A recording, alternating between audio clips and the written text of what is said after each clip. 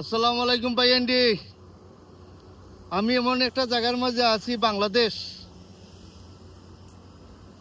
ও দেখো বাংলাদেশ দেখায়নি। এটা একটা পাতা, আপনারা জানুননি। ও দেখো এটা ফুল, ও দেখো ফুল, ও দেখো ফুল। আমি ক্লোজ আপ করে দেখাইলাম, ইনশাল্লাহ দেখায়নি। ও দেখো ফুল। আমি পুরো জঙ্গলের মাঝে আছি।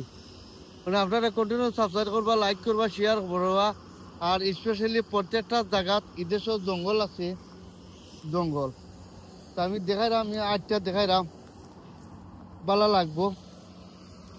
জঙ্গল ভাই আন্ডি, ও ভাই আমি জঙ্গল আমাইছি রে ভাই আন্ডি।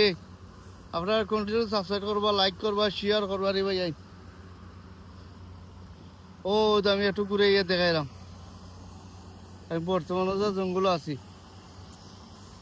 ভালো থাকো, সুস্থ থাকো। আর কন্টিনিউ আপনারা সাবস্ক্রাইব করবা, লাইক করবা। আপনারা শেয়ার কারণে আমার অনেক ভিউয়ার্স হয়েছে। আমার একটা পেজও আছে, আমার 2.2 মিলিয়ন।